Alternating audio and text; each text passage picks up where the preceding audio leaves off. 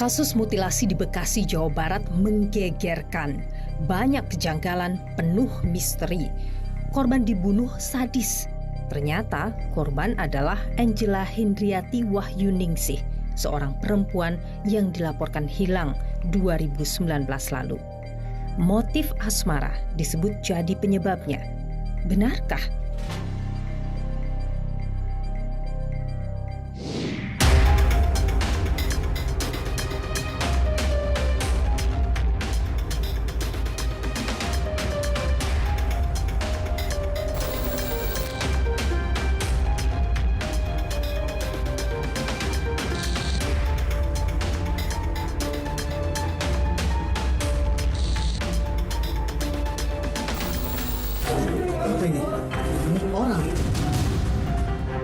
Memang sementara dari pengakuan tersangka ini motifnya ya terkait dengan asmara ya.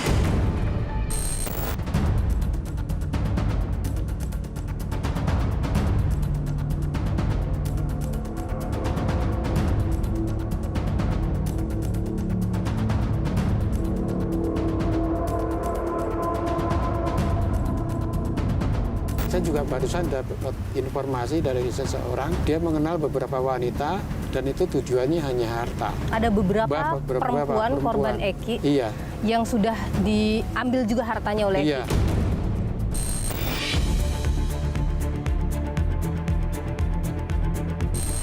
Saya coba untuk cari tahu informasi soal tempat tinggalnya.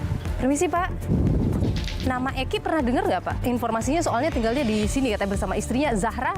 Pernah dengar Pak?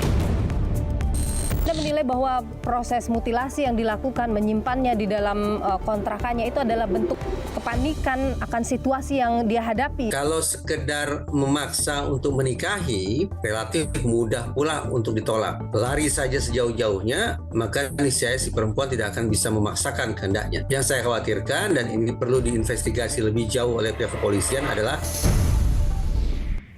Saudara, polisi sudah mengungkap identitas dari jenazah perempuan yang ditemukan dalam kontrakan milik Eki.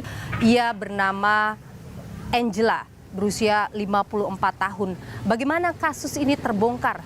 Dan benarkah ada hubungan khusus antara Angela dan Eki?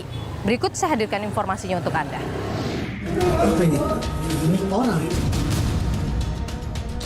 Hancur, sudah terpotong dan hancur. Sementara dari pengakuan tersangka ini motifnya ya terkait dengan asmara ya.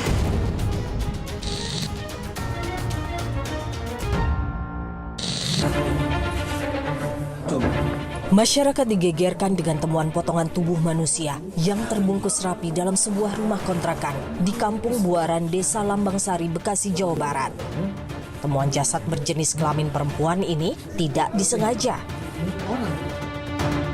Awalnya, polisi beserta warga mendatangi kontrakan tersebut guna mencari seorang pria bernama Eki Listianto.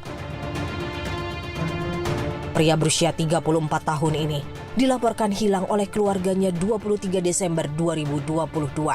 Saat itu, istri Eki menyebut suaminya yang tengah sakit mengirimkan pesan singkat pamit ke bank dengan menggunakan ojek online. Namun, keluarga hilang kontak setelahnya. Berdasar laporan ini, polisi mencari keberadaan Eki hingga menemukan kontrakannya. Pada saat yang bersamaan, Eki muncul di kontrakan dan langsung diringkus polisi. Polisi telah menetapkan Eki sebagai tersangka pelaku mutilasi. Jadi memang sementara dari pengakuan tersangka ini motifnya ya terkait dengan asmara ya. Menurut pengakuannya bahwa pada bulan November ini dia bersangkutan sempat cekcok dengan korban karena terkait dengan hubungan antara tersangka dan korban. Menurut hasil identifikasi forensik Rumah Sakit Polri Kramat Jati, Jakarta Timur, korban tewas sejak 6 bulan lalu. Mengapa pelaku simpan jasad korban hingga berbulan-bulan? Yang bersangkutan itu bingung mau ditanamkan di mana, mau dibuang di mana, mau dikubur di mana. Ini tentu bukan hal yang mudah ya, mengingat yang bersangkutan juga bukan orang yang tinggal di situ, dia hanya kontrak di situ kelihatannya. Kita harus mencari tempat yang lebih safe dari segi pemakaman jenazah tersebut. Berdasar hasil tes identifikasi genetik atau DNA, korban adalah Angela Hindriarti Wahyuningsih. Perempuan 54 tahun ini bekerja sebagai karyawan di salah satu jaringan supermarket terbesar di Indonesia. Angela dilaporkan hilang oleh keluarga sejak Juni 2019 di Hotel Grand Cordela, Kota Bandung. 3 tahun perjuangan keluarga mencari Angela, namun tak menemui titik terang, hingga akhirnya polisi mengungkap temuan jasad termutilasi di Bekasi. Disebutkan oleh keluarga, Eki adalah orang terakhir yang memiliki hubungan dengan Angela. Saat korban menghilang, keluarga bahkan sempat bertemu dengan Eki untuk menanyakan keberadaan Angela. Beliau hanya mengatakan belum lama sudah tidak pernah ketemu dengan adik saya, Ibu Angela itu kurang lebih 3-4 bulan.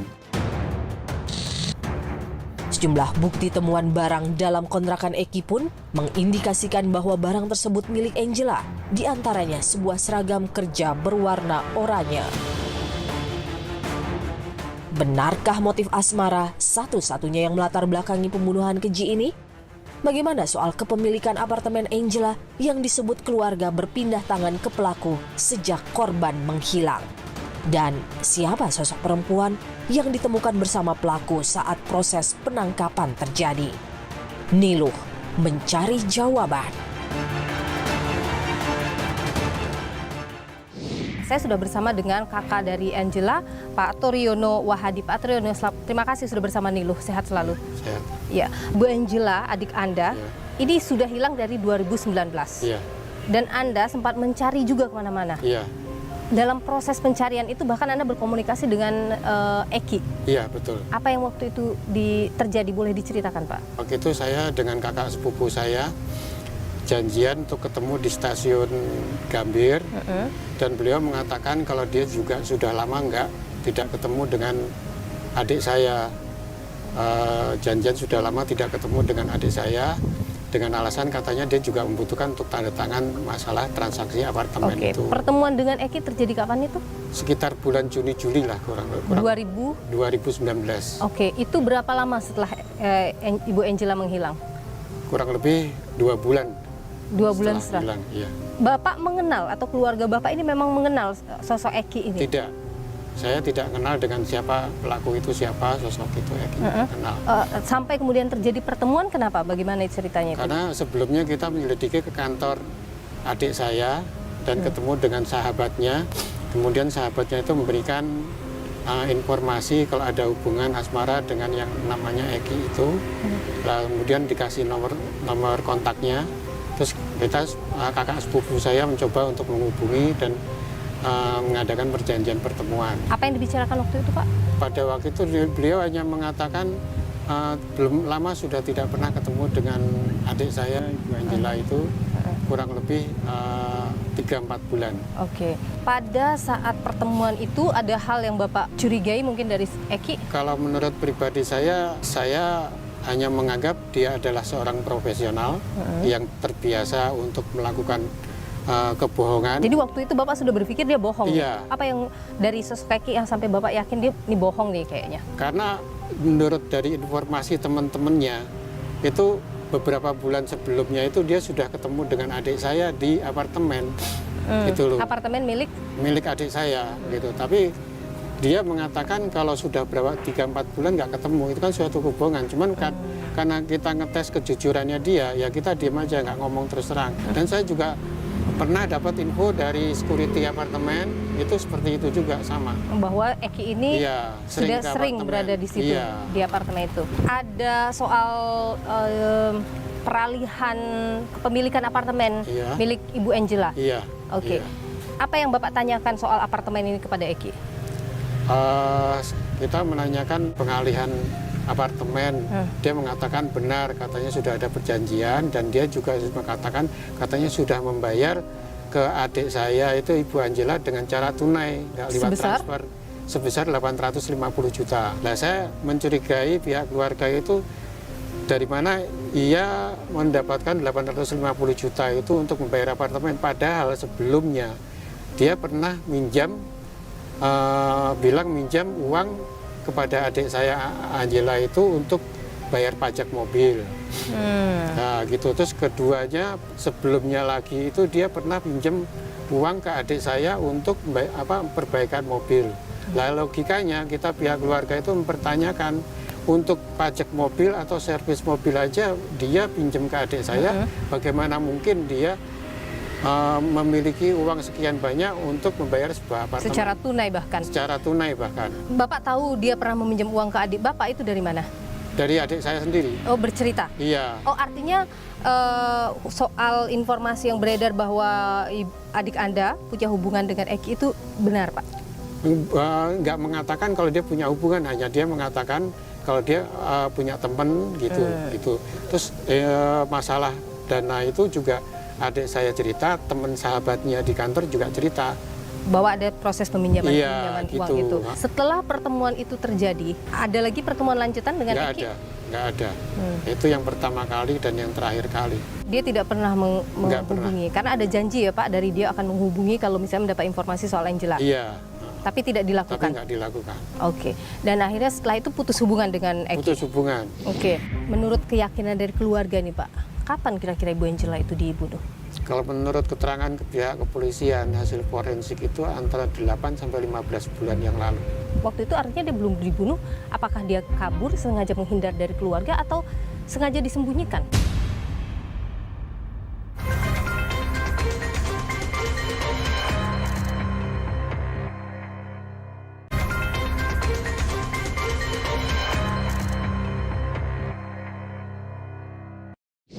Menurut keyakinan dari keluarga nih Pak, kapan kira-kira Ibu Angela itu dibunuh? Kalau menurut keterangan pihak kepolisian, hasil forensik itu antara 8 sampai 15 bulan yang lalu. Sekitar 8 bulan yang lalu, iya. Atau sekitar 1 tahun lebih yang iya. lalu ya? Iya. Waktu itu artinya dia belum dibunuh, apakah dia kabur sengaja menghindar dari keluarga atau sengaja disembunyikan? Keyakinan Bapak? Kalau menurut pribadi saya, adik saya nggak punya niat untuk kabur atau menyembunyikan diri dari pihak keluarga. Menurut pribadi saya ya disembunyikan, kemudian dengan tujuan ekonomi lah, harta. Anda menduga ia Iya. sengaja dijauhkan dari keluarga oleh Eki pada saat itu? Mungkin si pelaku beranggapan, ini Bu Angela nggak punya keluarga, hidup di sini cuma sendirian dengan anaknya. Mungkin beranggapan seperti itu. Dan setelah kita mencari informasi ke sana kemari, mungkin wah ini banyak keluarganya. Nah, kita berpikiran dia ada tujuan untuk menyembunyikan itu. Nah, supaya dia untuk dalam rangka pengambilan harta adik saya itu bisa aman gitu loh. Kalau menurut pribadi saya gitu. Ya? Apakah Ibu Angela tipikal yang mudah marah misalnya atau lebih cenderung penurut misalnya dengan pasangannya? Dia itu dia kalau ada sesuatu yang nggak sesuai dia juga bisa protes, bisa marah. Jadi dia bisa bersikap tegas terhadap keluarga atau terhadap suaminya atau anaknya. Mungkinkah pembunuhan ini karena mungkin juga ada amarah yang muncul dari Bu Angela atau akhirnya pihak Eki-nya merasa terancam sampai pembunuhan itu terjadi? Kalau menurut keterangan polisi saya dapatkan dari pihak kepolisian kemarin itu, pada awalnya adik saya Ibu Angela itu menuntut untuk dinikahi. Tapi karena si pelaku memiliki seorang istri, dia nggak mau menikahi, akhirnya dicekeklah adik saya. Itu yang saya dapatkan informasi dari pihak kepolisian. Ibu Angela dengan Eki sempat berencana menikah, itu betul? Saya nggak tahu itu. Soalnya kan nggak ada cerita kalau ada hubungan asmara, saya juga taunya dari teman dekatnya. Itu. Tapi ini baru aja ada informasi si pelaku itu katanya banyak pacarnya gitu loh. Dan tujuannya hanya untuk memiliki harta. Anda mencurigai bahwa ada sangkut pautnya dengan apartemen. Pembunuhan itu? Iya. Saya yakin itu ada motivasi untuk memiliki atau menguasai harta. Dulunya Ibu Angela tinggal di apartemen itu hanya berdua ya dengan putrinya? Dengan putrinya, iya. Dan waktu itu belum mengenal Eki atau sudah? Pada waktu itu saya nggak tahu ya untuk mengenal apa enggak, karena saya posisinya di Jogja, adik saya di Jakarta, jadi hanya sebatas hubungan komunikasi lewat telepon aja gitu. Ibu Angela hanya punya tempat tinggal satu-satunya di Jakarta, apartemen itu. Iya. Jadi tidak mungkin rasanya Ibu Angela menjual apartemennya. Pernah cerita saya dengar dari suaminya, mantan suaminya, dia menceritakan kalau apartemen ini nggak akan dijual. cuman hanya dikontrakan. Kemudian adik saya berencana ingin cari rumah kecil-kecilan di pinggiran kota gitu aja. Tadi nggak ada rencana untuk menjual, gitu loh. Makanya ketika ada pengalihan apartemen, kita keluarga juga bingung. Tapi si pelaku kan kita mintain informasi, interogasi, nggak pernah mengakui awal mulanya atau kronologinya kenapa bisa kejadian seperti itu. Dalam proses sudah tidak berkomunikasi dengan Eki, proses pencarian pihak keluarga terhadap Angela berlanjut. Sudah kita usahakan ke Polsek Setiabudi, sudah kita usahakan ke kantor Superindo Layar, sudah diusahakan ke Polda Jabar, itu tapi belum ada kabar baik dari mereka semua. Terakhir Ibu Angela lost contact atau hilang kontak itu adalah ketika sudah keluar dari salah satu hotel di Bandung. Iya. Selesai bertugas ya Pak ya? Iya. Bapak Betul. sempat mendatangi pihak hotel untuk menanyakan apakah Ibu Angela misalnya waktu itu sendiri atau bersama orang lain? Ya, sudah pernah saya datangin ke hotelnya dan dari pihak hotel mengatakan sendiri. Nah, terus kita tanyakan CCTV-nya juga katanya, tapi sudah kehapus CCTV. Pada waktu itu Ibu Angela, adik saya itu ditawarkan untuk dijemput oleh driver kantor, tapi tidak mau. Nah, terus nggak tahu untuk selanjutnya dia keluar hotel dengan menggunakan armada apa, tidak ketahuan. Ibu Angela ini apa pernah bercerita ke Bapak atau keluarga yang lain atau mungkin sahabatnya soal suasana hatinya atau ada masalah yang sedang ia hadapi? Kalau dengan keluarga dia tertutup gitu loh, nggak pernah menceritakan masalah apa gitu dengan keluarga. Justru dia menceritakan dengan sahabat kantornya, teman kantornya. Maksudnya Ibu Angela tidak pernah cerita ke sahabatnya soal masalah finansial yang dihadapi oleh Ibu Angela misalnya? Tidak pernah. Dan sepengetahuan Bapak tidak ada masalah finansial dia? Tidak ada masalah apa-apa. Dengan keluarga juga tidak ada masalah apa-apa. Oke, bahkan setelah hilang kontak atau sebelum hilang kontak masih sempat berkomunikasi dengan keluarga, Pak? Masih sempat, saya ditelepon pada waktu ulang tahun 2018. Ulang tahunnya dia kan 17 Juni. Nah, saya telepon mengucapkan ulang tahun, ya biasalah gitu kan. Itu 2018? Iya. Di 2019 sebelum hilang sempat juga? 2019 itu saya nggak dapat kabar apa-apa, ya dapat kabar terakhir malah justru mengabarkan kalau adik saya nggak ada kabar. Anda yakin Eki inilah pelaku pembunuhannya? Iya, 100% saya yakin. Saya juga barusan dapat informasi dari seseorang, itu dia mengenal beberapa wanita dan itu tujuannya hanya harta. Korban Eki? Iya. Ada beberapa perempuan korban Eki yang sudah diambil juga hartanya oleh Eki? Iya. Oke, ini informasi yang Anda dapatkan. Iya. Setelah 3 tahun keluarga mencari Angela, ditemukan dalam kondisi seperti ini, apa yang kemudian sekarang ini jadi pembicaraan di keluarga? Iya, kita semua sangat shock ya, sangat tidak menyangka, sangat kaget sekali, tidak menyangka yang pada waktu kita ketemu di stasiun Gambir itu dia adalah seorang yang sangat halus, sangat sopan. Ya intinya tidak menyangka kalau dia begitu kejam, begitu sadis bisa melakukan itu semua dengan adik saya gitu. Ibu Angela ini anak keberapa Pak? Nomor 4, anak bungsu. Ibu Angela ini seperti apa sih sebenarnya kesehariannya Pak? Dia supel, punya rasa tanggung jawab yang tinggi kalau bekerja, tapi dia sangat tertutup dengan keluarga. Apa harapan Anda Pak? Ya harapan saya pelaku bisa dihukum seadil-adilnya. Kalau bisa terus terang jujur pribadi saya menginginkan pelaku bisa dihukum mati gitu. Karena dia sangat kejam, sangat sadis sekali terhadap adik saya. Saya sebagai kakak kandungnya sangat shock, sangat kaget sekali, nggak menduga kalau adik saya akan mengalami hal seperti ini. Gitu. Adik yang Bapak sayangi? Iya, betul. Tiba-tiba ditemukan dalam kondisi seperti ini. Dalam kondisi seperti ini. Shock sekali ya, kaget. Saya pada waktu menerima kabar dari pihak Polda itu tidak karu-karuan saya rasanya. Ya. Pak Turyono Wahadi, kakak dari Ibu Angela, terima kasih sudah berbagi informasi di Niluh. Sehat selalu Pak Turyono. Terima kasih.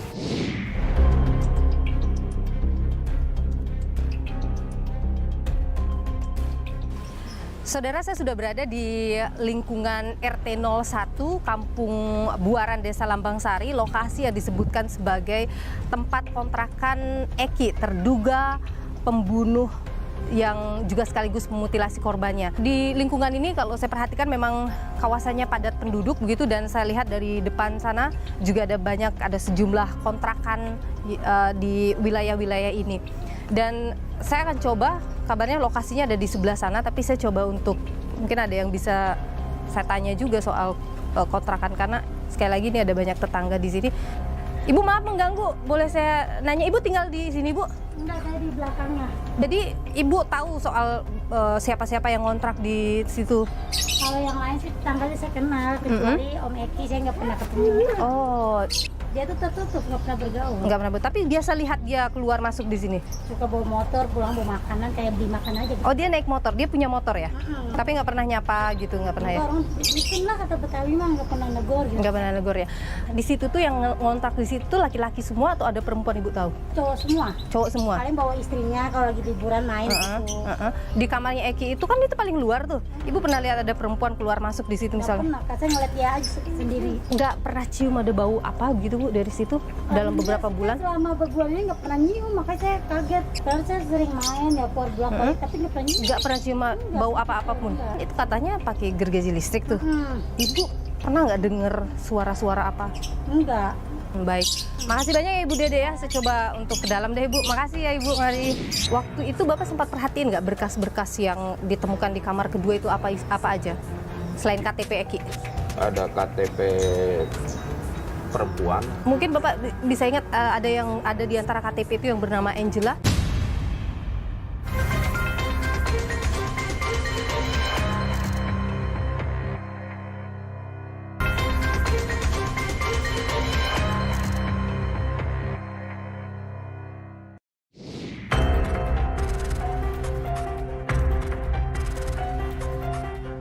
Saudara, saya sudah berada di lokasi tempat penemuan jasad perempuan yang dimutilasi, ditemukan pada penghujung 2022. Lokasinya adalah di Kampung Lambang Sari, Buaran. Dan di kamar inilah, saudara, di tempat kontrakan ini, saat ini masih dipasangi oleh garis polisi. Disinilah ditemukan sesosok jasad perempuan yang sudah dimutilasi, ditaruh dalam 2 box kontainer yang berbeda. Penemuan ini sebenarnya adalah penemuan yang tidak disengaja, karena sebelumnya polisi mendatangi lokasi ini untuk mencari seorang laki-laki bernama Eki yang dilaporkan oleh istrinya sudah hilang sejak 23 Desember 2022. Dalam proses pencarian tersebut, polisi mendapatkan bukti-bukti yang mengarah bahwa saudara Eki ini tinggal di kontrakan ini. Ada 6, ini adalah kamar nomor 6 kontrakan ini. Memang sangat sepi sekali hari ini saya datangi, saudara. Dan kemudian saat polisi masuk ke dalam, penggerebekan dilakukan bersama dengan Pak RT saat itu, termasuk juga oleh yang menjaga ini. Dalam kamar mandi itulah ada 2 box kontainer yang ditemukan. Ketika dibuka, ternyata ditemukanlah ada jasad yang disebut perempuan. Berikut ini saya hadirkan, saudara, ada hal yang disampaikan oleh Kombes Hengki Haryadi, Dirkrimum Polda Metro Jaya yang menangani kasus ini. Dari TKP kita temukan identitas yang diduga korban, berupa baju kerjanya dari Superindo, kemudian Emtek. Nah, kemudian pengakuan tersangka bahwa jenazah ini adalah jenazah daripada Dr. Angela ini. Namun sekali lagi rekan-rekan sekalian, kita tidak serta-merta percaya dengan apa yang disampaikan oleh tersangka ini. Kita adakan pemeriksaan secara saintifik.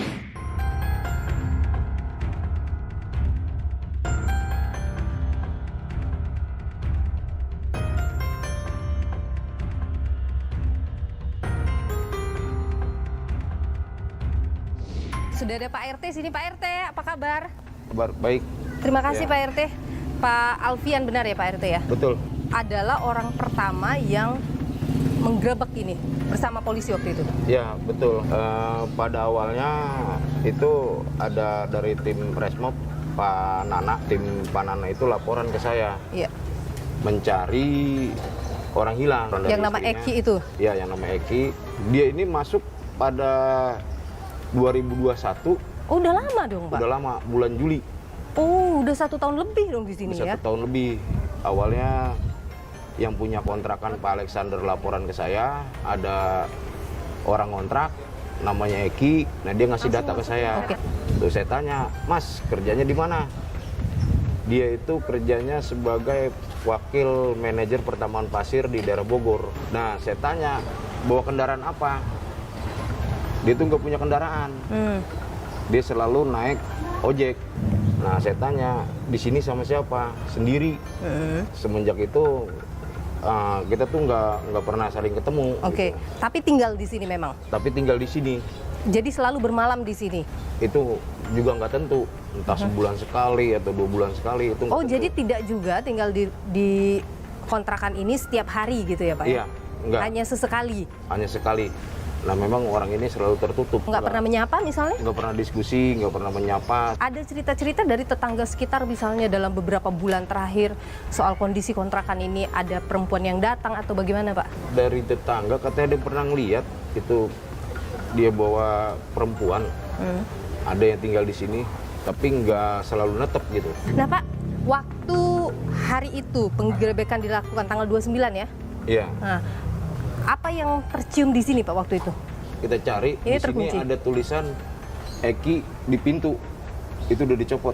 Oh, di sini ya? Jadi tadinya ada tulisan Eki gitu? Iya, ada tulisan Eki, segera hubungi Budiana Budiana itu siapa? yang punya kontrakan. Kenapa ada tulisan itu Pak? Karena dia belum bayar kontrakan 3 bulan. Terus yang punya kontrakan buka pintu ini, pintu kontrakan. Nah kita lihat di ruangan pertama sini ada koper yang udah terbuka tuh. Ada tumpukan pakaian campur, itu ada pakaian perempuan. Kopernya besar Pak? Besar, Isinya pakaian wanita semua atau? campur. Udah dilepit rapi. Nah, terus pas giliran di tengah itu banyak-banyak berkas. KTP si Eki yang saya lihat itu ada KTP aslinya dia yang dari Bandung. Oke, di situ berstatus menikah? Masih bujangan. Masih bujangan, oke. Status pelajar. Waktu itu Bapak sempat perhatiin nggak berkas-berkas yang ditemukan di kamar kedua itu apa aja? Selain KTP Eki? Ada KTP perempuan. Mungkin Bapak bisa ingat ada yang ada di antara KTP itu yang bernama Angela? Kok kurang paham itu, saya lupa itu. Nggak sempat lihat ya? Iya, langsung saya rapihin, berkasnya ada 3 atau 4 KTP asli itu. 4 KTP asli ini KTP perempuan ada berapa Pak?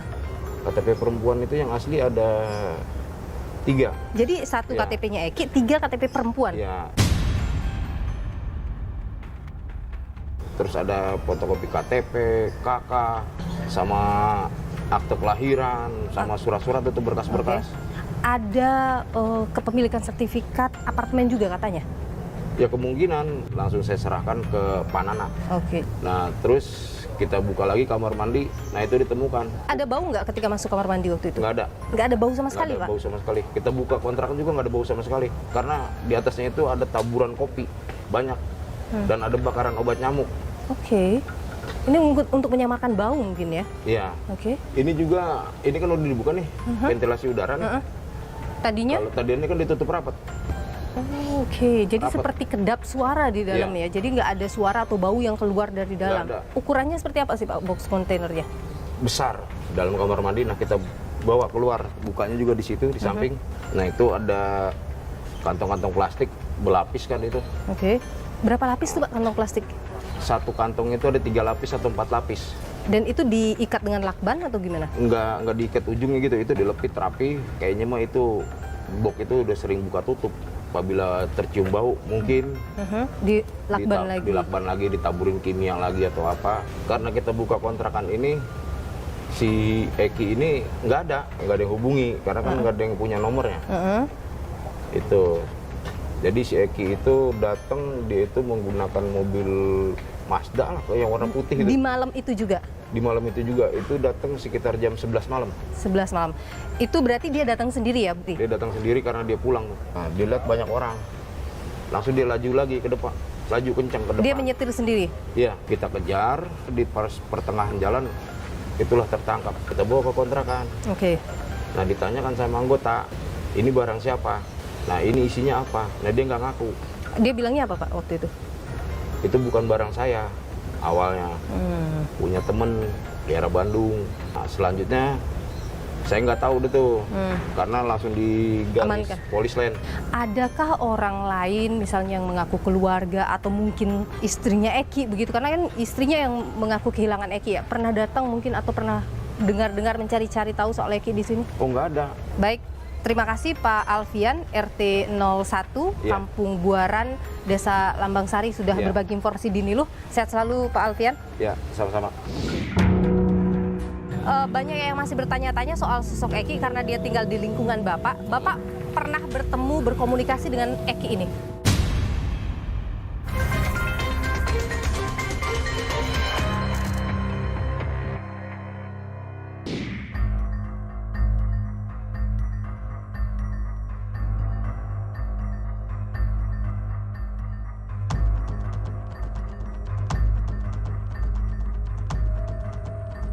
Saudara, informasi yang saya dapatkan bahwa Eki, pelaku pembunuhan sadis ini, tinggal di lingkungan ini, perumahan klaster Denaya.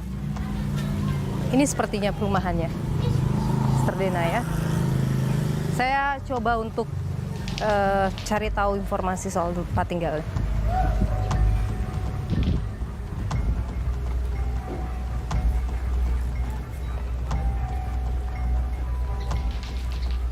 Permisi Pak, saya Niluh dari Kompas TV. Izin, Bapak penjaga di sini? Ya, nama Eki pernah dengar nggak Pak? Enggak. Katanya tinggal di perumahan ini, ada warga Bapak? Ya ada. Nggak ada ya Pak ya? Oke. Jadi nggak pernah tinggal di sini, nggak tahu juga Eki itu? Ya. Informasinya soalnya tinggalnya di sini katanya bersama istrinya Zahra. Pernah dengar Pak? Nggak tahu Pak. Nggak tahu juga ya? Nggak pernah dengar juga ya Pak ya? Baik, baik. Ada banyak Pak rumah di dalam sini? 20. Sekitar 20-an rumah ya? Semua terisi ya Pak ya? Oke. Terima kasih banyak ya Pak. Siapa Pak? Bapak Rahmat. Pak Rahmat, terima kasih banyak ya. Mari Pak. Informasi penjaga keamanan, petugas keamanan, tidak ada begitu warga yang tinggal di sini dari 20 rumah yang katanya ditempatin tadi ini, nggak ada satupun warga bernama Eki maupun atas nama istrinya Zahra. Saya coba cari Pak RT, apakah benar Eki itu adalah warga di sini? Sosok Eki ini masih misterius. Saya coba untuk menggali lebih dalam soal sosok Eki ini bersama dengan Ketua RT 02, RW 02, Klaster Denaya, tempat tinggal Eki, pelaku pembunuhan mutilasi di Buaran. Sudah hadir bersama dengan saya Pak Suganda, Ketua RT 02. Pak Suganda, terima kasih sudah bersama dengan Niluh. Sehat selalu. Pak Suganda, banyak yang masih bertanya-tanya soal sosok Eki karena dia tinggal di lingkungan Bapak. Bapak pernah bertemu, berkomunikasi dengan Eki ini? Untuk sosok Eki, saya jelasnya kurang memahami. Intinya memang mengenal, tapi hanya sekilas. Tahu saja begitu? Tahu saja. Karena apa? Nama Eki ini adanya di perumahan Denaya. Perumahan Denaya ini tentunya masing-masing ada kata bahasa koordinator maupun dari pihak developernya. Seorang sosok Eki ini saya tidak tahu, memang pernah ada di wilayah RT 02, namun selama saya mengurus RT ini, yang saya ketahui belum mempunyai identitas RT 02. Oke. Tinggalnya di Denaya, Oke. itu aja. Tapi menghadap dengan Bapak juga tidak pernah? Dalam hal ini misalnya izin atau menyampaikan bahwa tinggal di lingkungan Bapak, nggak pernah? Sama sekali belum. Termasuk istrinya juga belum pernah? Belum sama sekali. Jadi sangat tidak mengenal ya? Ya, Pak? sangat tidak mengenal. Oke. Ya. Ada informasi, mungkin ada yang pernah menyampaikan ke Bapak, tetangga-tetangga atau warga Bapak begitu, soal sosok Eki ini pernah dilaporkan ke Bapak? Sosok Eki belum pernah ada pelaporan apapun. Saya menyampaikan, bahkan berita ini aja saya kaget. Bapak tahunya dari mana Pak? Dari medsos. Semuanya dari medsos. Ketika berita kehilangan, saya kaget. Bapak tahu Eki hilang itu kapan?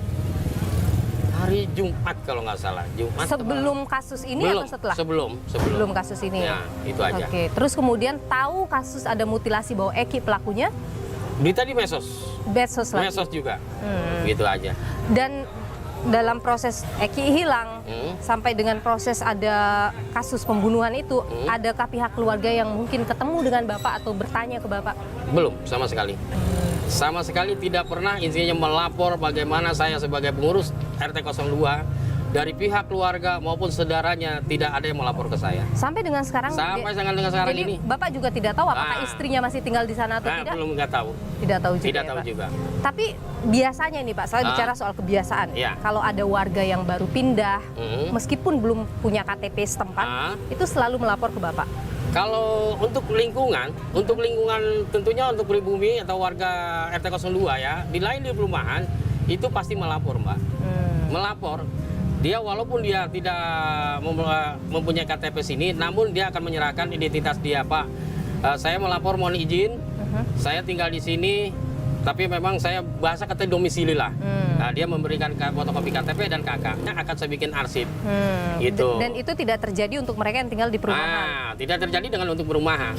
Gitu. Jadi seperti punya lingkungan sendiri mereka punya ya. lingkungan sendiri mereka. Setelah kasus ini muncul, ada mungkin Bapak mencari-cari informasi soal sosok Eki? Saya enggak pernah bicara. Enggak pernah. Dan tidak ada juga yang menyampaikan ke Bapak? Tidak ada. Tapi Bapak pernah berpapasan dengan Eki ini? Kalau perpapasan mungkin ketika saya jaga, karena memang di sini kan ada pos keamanan ya. Kalau ketemu atau Bapak pernah lihat sekilas Eki ini bagaimana sosoknya, Pak? Biasa-biasa aja sih sebenarnya. Tidak pernah menyapa Bapak? Menyapa sih manusia mah ya, mungkin kebohong kalau nggak menyapa kan begitu. Pasti ya paling begitu aja. Baik. Gitu aja. Bapak pernah diperiksa oleh polisi misalnya setelah kasus ini atau tidak pernah ditanyakan? Tidak ada. Tidak ada ya? Tidak ada. Baik. Pak Suganda, Ketua RT 02, Siap. RW 02, Klaster Denaya. Terima kasih sudah berbagi informasi di Niluh. Sehat selalu, Pak. Sama-sama, Mbak. Sehat selalu. Kalau sekedar memaksa untuk menikahi, relatif mudah pula untuk ditolak. Lari saja sejauh-jauhnya, maka niscaya si perempuan tidak akan bisa memaksakan kehendaknya. Yang saya khawatirkan dan ini perlu diinvestigasi lebih jauh oleh pihak kepolisian adalah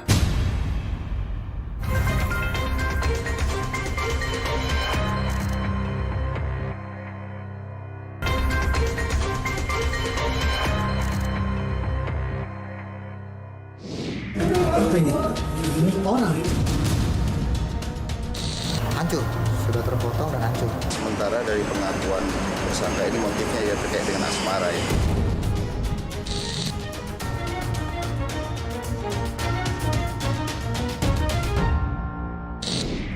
Pembunuhan sadis disertai dengan mutilasi di tempat yang justru boleh dikatakan padat. Kemudian ada banyak sekali kejanggalan-kejanggalan dan pertanyaan-pertanyaan yang tentu masih terus ditunggu oleh publik jawabannya. Salah satunya adalah lokasi pembunuhannya, cara melakukannya, dan kemudian juga adalah soal dua orang yakni korban, termasuk juga pelaku yang dinyatakan sempat hilang. Apa yang bisa melatar belakangi seseorang bisa melakukan perbuatan yang sadis seperti itu? Saya sudah bersama dengan ahli psikolog forensik Reza Indragiri. Bung Reza, pembunuhan yang dilakukan dengan sadis diduga itu dilakukan di tempat yang justru padat penduduk, artinya banyak orang di sekitarnya. Apa yang bisa melatar belakangi hal tersebut, Bung Reza? kita masih sering beranggapan bahwa wilayah yang paling ideal bagi aksi kejahatan adalah wilayah yang sepi, tidak banyak penduduk. Tapi anggapan tersebut dianggap usang, sehingga lahirlah teori bystander effect, efek orang lalu lalang. Teori ini justru ingin menjelaskan bahwa semakin ramai orang di suatu lokasi, justru keinginan untuk menolong satu sama lain, keinginan untuk bertanggung jawab satu sama lain, keinginan untuk melindungi satu sama lain justru akan anjlok secara drastis. Bahwa justru sekarang wilayah yang dianggap paling ideal, paling rawan bagi terjadinya aksi kriminalitas, memang adalah wilayah yang ramai. Dalam penelusuran saya bahwa korban ini disebutkan punya kedekatan sebenarnya dengan yang diduga oleh polisi sebagai pelaku pembunuhan ini. Apa yang bisa Anda baca di situ yang mungkin melatar belakangi sampai hal tersebut terjadi? Yang paling mungkin menjahati kita justru orang dekat, orang yang kenal dengan baik. Kenapa? Karena orang dekat itulah tahu persis posisi keberadaan kita di mana, kelemahan kita seperti apa, apakah kita dalam kondisi terjaga, waspada, atau sedang dalam kondisi sakit. Dengan kata lain, apa saja kelemahan-kelemahan yang kemudian bisa dieksploitasi oleh si pelaku kejahatan. Anda menilai bahwa proses mutilasi yang dilakukan, menyimpannya di dalam kontrakannya itu adalah bentuk kepanikan dirinya, kepanikan akan situasi yang dia hadapi. Kalau sekedar memaksa untuk menikahi, relatif mudah pula untuk ditolak. Lari saja sejauh-jauhnya, maka niscaya si perempuan tidak akan bisa memaksakan kehendaknya. Yang saya khawatirkan dan ini perlu diinvestigasi lebih jauh oleh pihak kepolisian adalah, maaf, adakah kemungkinan korban ini sudah berbadan dua? Dalam proses hilangnya korban ini, Bung Reza, keluarga korban ini bahkan sempat bertemu dengan terduga pelaku yaitu Eki dan kemudian berbicara jelas soal pemindahan harta, dalam hal ini apartemen milik korban, dan itu bisa dilakukan dengan tenang oleh Eki pada saat itu. Adakah kemungkinan bahwa penampilan yang tenang, penampilan yang sopan itu justru merupakan salah satu siasat yang dilakukan oleh yang bersangkutan? Nah, kalau itu kita yakini sebagai sebuah siasat, maka justru kita pandang orang ini sebagai orang yang cerdas betul dalam menampilkan tindak tanduknya di hadapan orang lain, calon korbannya. Bu Reza, Anda sempat menyebut bahwa pembunuhan ini bukanlah orang yang profesional begitu. Apa yang Anda gambarkan tentang profesional dan tidak profesional dalam kasus kejahatan seperti ini? Saya tidak membayangkan dia profesional. Saya bayangkan bahwa maksimal pemikirannya adalah sebatas pada menghilangkan barang bukti, yaitu menghilangkan tubuh korban. Namun setelah dia melakukan mutilasi, justru muncul pertanyaan berikutnya yang tidak bisa dia jawab. Ini potongan tubuh korban mau dikemanakan?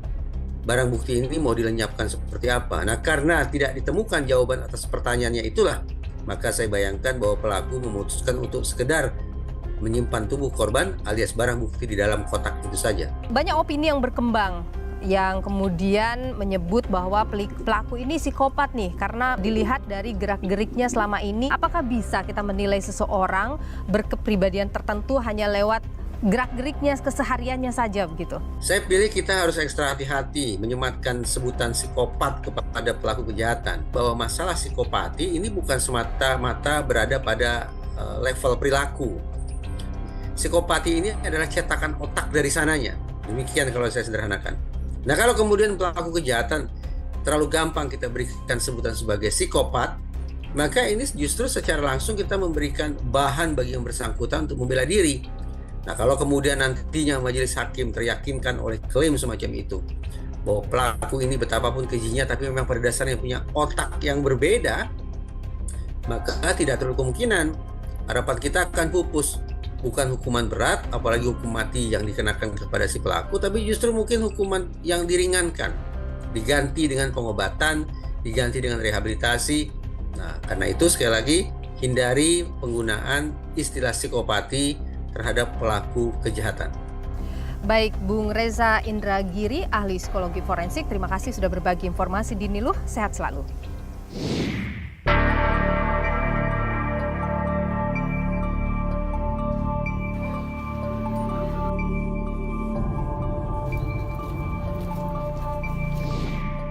Ikhtiar dan penantian keluarga demi bisa menemukan Angela justru berujung pada titik terang yang pilu.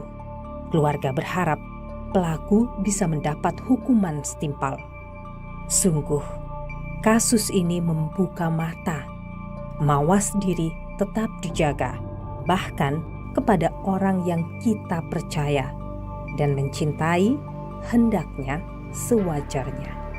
Saya, Niluh Puspa. Sampai jumpa.